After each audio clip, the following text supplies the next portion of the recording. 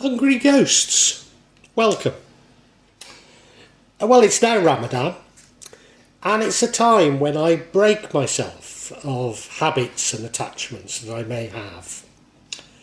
I believe this is important for me to get closer to God, as habits and attachments are indicative of that I have a strong ego.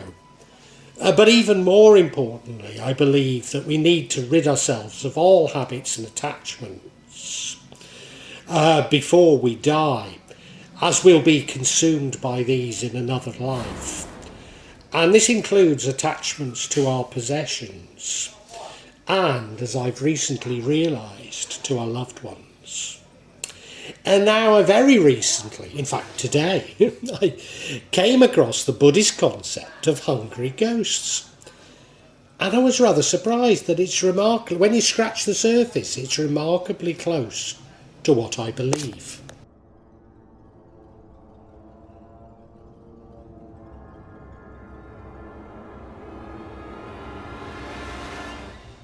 The Buddhist view. The Buddhist concept was developed from the Hindu tradition of Preta.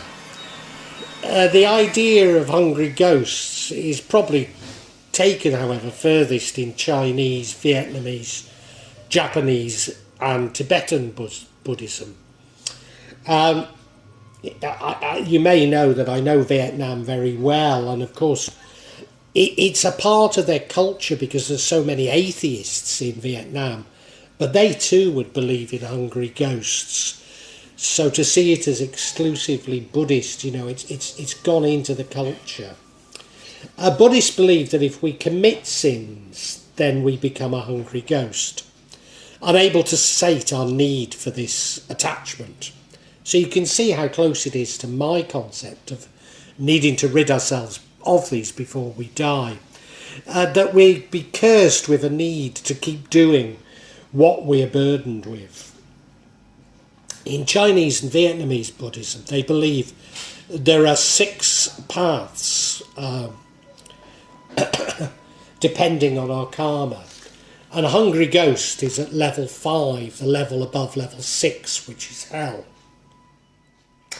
This is linked to the idea that of souls living in a space prior to reincarnation. But other Buddhists, they also have a concept of reincarnation as a hungry ghost. As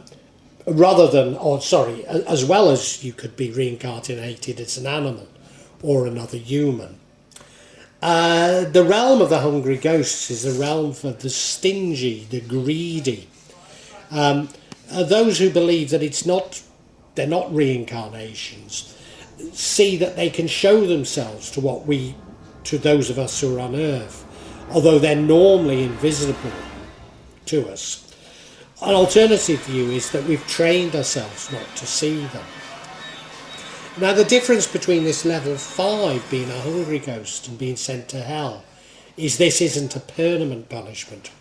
No, they live for 500 years, but for them each day feels as long as 1 month in a human life.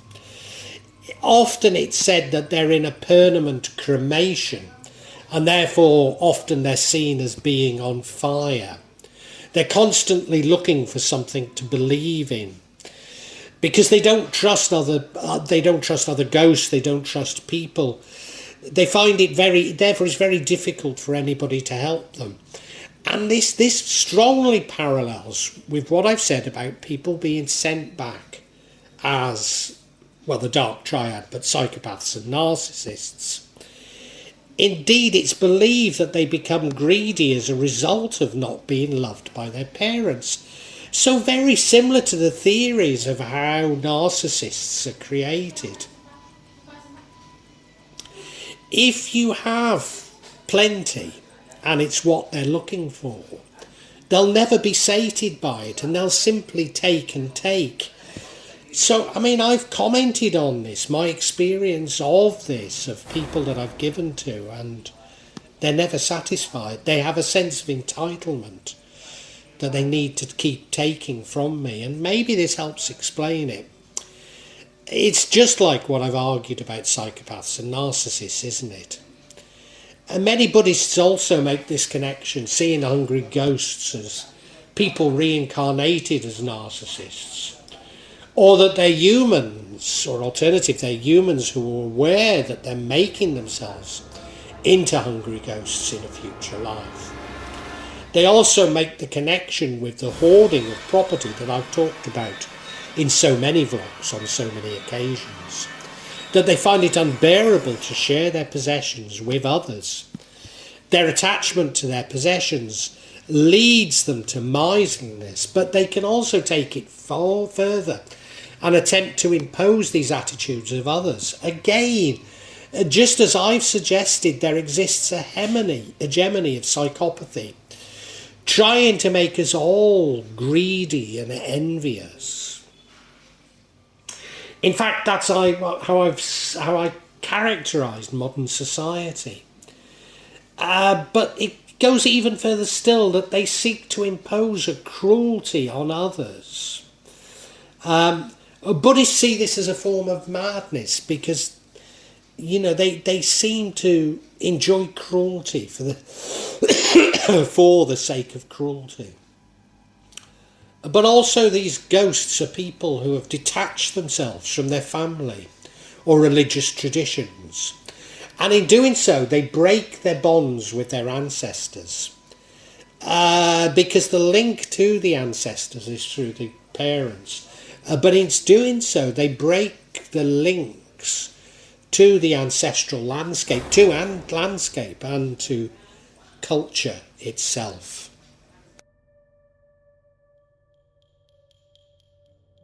Types of hungry ghosts. Well, in the Chinese tradition, or certainly one of the Chinese traditions, there are 36 different types of hungry ghosts. And it depends on your sins. Often, however, they're concerned with eating, to do with gluttony. This is the reason why our Chinese neighbours in Jakarta make food offerings to what they believe to be their ancestors. And they see in making these offerings that it will prevent them from becoming hungry ghosts themselves. However, as Kajawan believers, we believe that it simply encourages all spirits. Linked to their idea is the Chinese Hungry Ghost Festival, which is held to honour the hungry ancestor ghosts, and food and drink is put out to satisfy their needs. These ghosts are believed to be ancestors of those who've forgotten to pay tribute to them after they died. Tradition states that families should offer prayers to their deceased relatives and burn hell money. It's believed that the hell money is a valid currency in the underworld and helps ghosts to live comfortably in the afterlife. People also burn other forms of joss paper, which you'll have seen me showing images of, particularly in my section, my vlog on Chinese magic. But also things like paper houses, cars, televisions, to please the ghosts. This festival is one of numerous tantric practices from the Chinese esoteric Buddhism, preserved in modern Chinese Buddhism, after various Buddhist traditions started to merge in the early modern period. But the punishment may not only simply be for the sin. So whatever the punishment is, although it's linked to their sin, it's as a result of bad karma. So it could be a combination of things that lead to it. As I say, in Chinese tradition there are 36 types, and these really comes from stories that monks use to illustrate concepts to lay people. So the need to excuse some of the sensationalism and look for what the real message is. They come from is it a book? I think it is a book. Chung Chi Pung Yang Ching, the Sutra of 100 Selected Legends, that's believed to date from the early 3rd century. And maybe even using this sensationalism to scare people into better behaviour. Of course, maybe you don't see Buddhism as a religion. I don't really, but This is something that's common to all religions, isn't it? This sort of sensationalism, scaring people of the fires of hell, and this is really no different.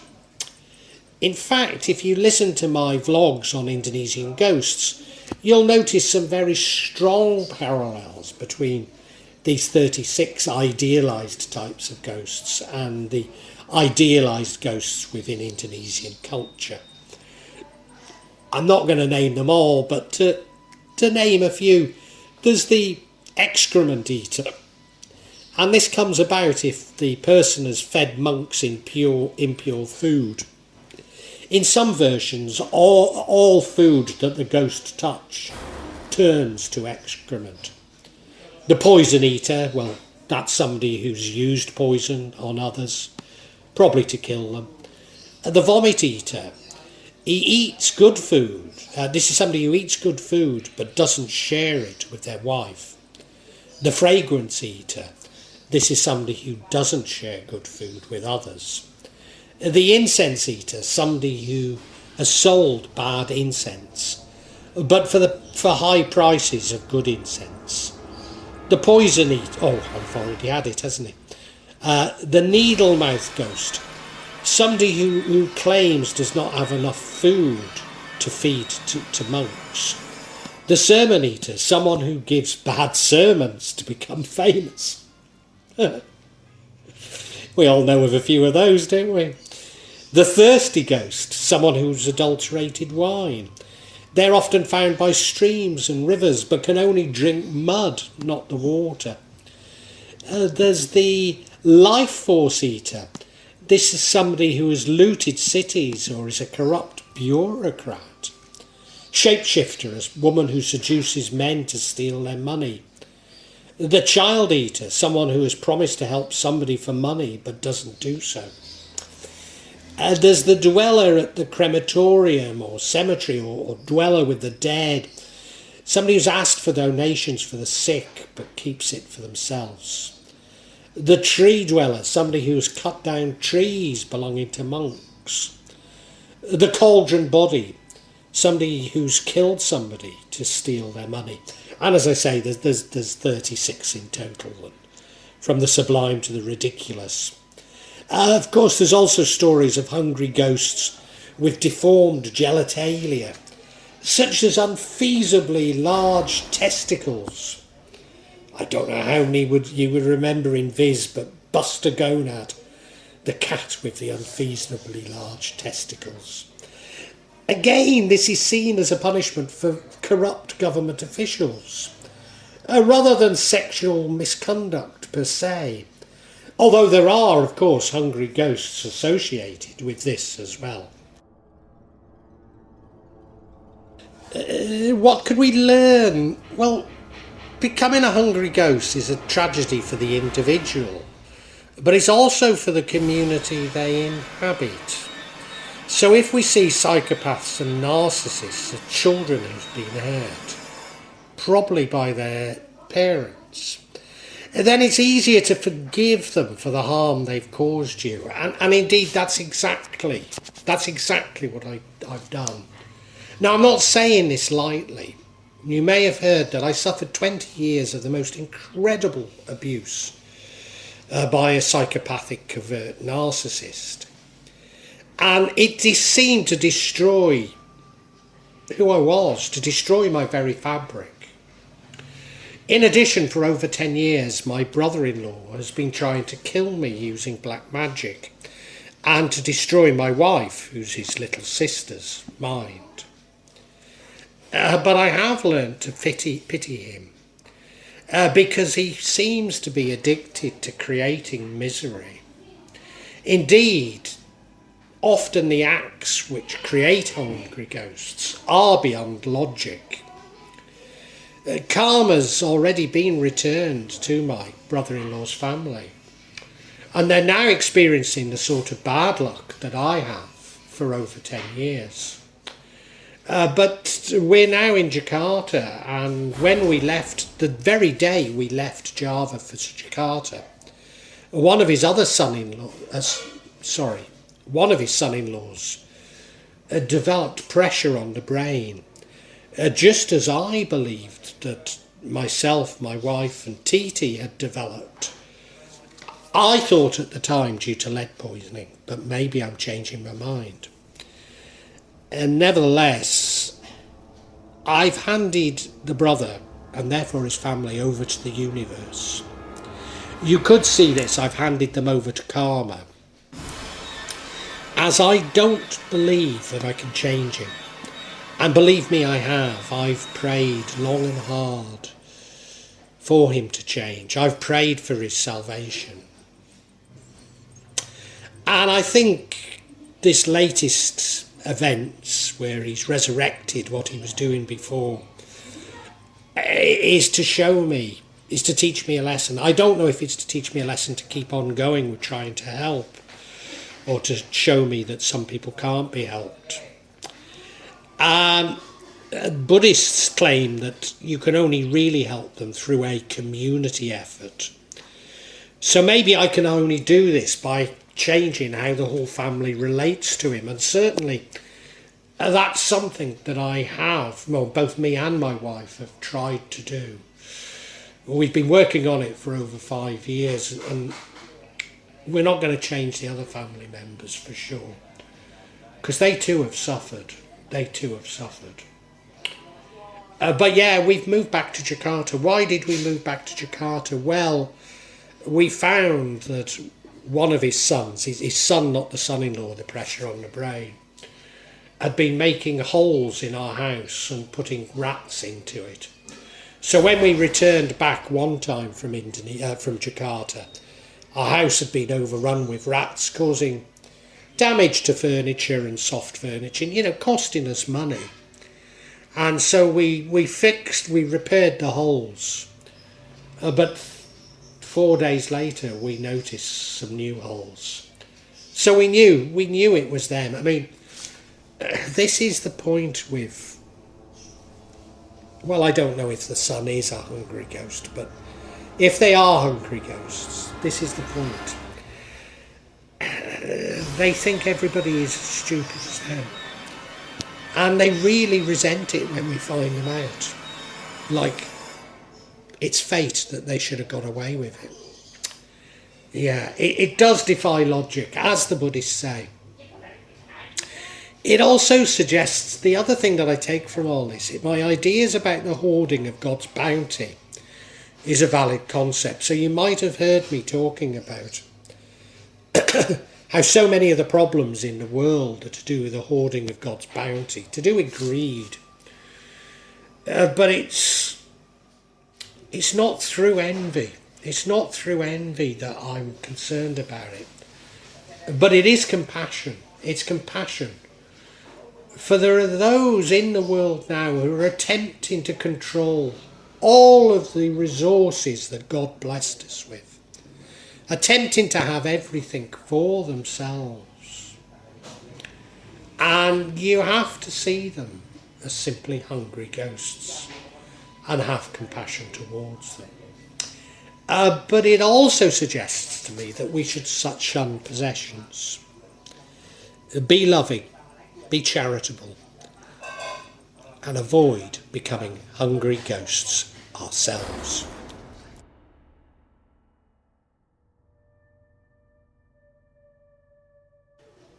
Well, I really hope you've enjoyed this vlog, and that, not only got something out of it, but provoked thoughts. I'm not here to push my beliefs, my thoughts on you, only to open up your own thinking, get you thinking about the world and life. When I started The Real Magic of Java, I believed that I'd only release them every month or maybe every 2 months. But now I find myself adding to this subsection once or twice a week. But please subscribe and hit the bell to get notifications for when I add new parts to this subsection. In part, the reason why I'm doing it more often is that the concept has moved from filming rituals and events that took place in Java to me also describing my beliefs and philosophy. And that does come in response to people expressing an interest in it. But of course, you know, me actually seeing rituals and events really doesn't happen so often. What I would say to you is that there's no attempt at subterfuge on my behalf. And when I do experience rituals, I will include them for you to see. And as I say, there's no way I'm trying to mislead you. And if I believe there is subterfuge, if I uncover it, I will point it out to you. I'm trying to be as honest as I can be. Now, please make comments, please ask questions, and I'll try to be as honest and open with you as I can be. Of course, there will be some of you who disagree with me, particularly when I talk in terms of my own beliefs, my own feelings. And, you know, you're welcome to alternative feelings, and we can agree to disagree. Sometimes I find that people on YouTube can be unnecessarily attacking and aggressive, and at times I don't restrain myself enough, and I apologise, but it's not my intention to put anybody down, you know. I know what I talk about can be emotive, and it can be challenging to your beliefs. But, you know, I'd love to enter an open discussion, a heartfelt discussion. But unfortunately, I often come across things that are, especially when people quote the scriptures to me, I've just no idea where it takes us, you know. Because I'm speaking from the heart, you know. I mean, you know, sorry, if you want to quote the scriptures at me, do so, but it doesn't have much impact on me, you know. I personally have no desire to impose my feelings on you, and I suppose when people try to do it to me, it washes off, you know. All I'm trying to do is I'm trying to share my feelings with you, and I'd love an open discussion on feelings. I really would love it, you know. And sorry if I don't always react as best I should. I try and cure this in myself, but I think this is part of the sort of narcissism of social media that I talk about so much in this subsection. So look, if you've enjoyed it, I really urge you to listen to other sections on this channel, particularly the 4 audio books that I've uploaded onto this channel. Yes, they are in a novel format. They are novels, but they go into much greater depth than my thoughts and feelings. Now, what I would say to you is these are sequential. So my thoughts and feelings develop as we go through each chapter and each book. So it does begin with 1.1, the Chinese cemetery. But, you know, hey, it's up to you. Feel free to dip in as you wish, as you want. And, you know, really heartfelt thanks for listening to this. And I really want to say a great big thank you, and God bless you.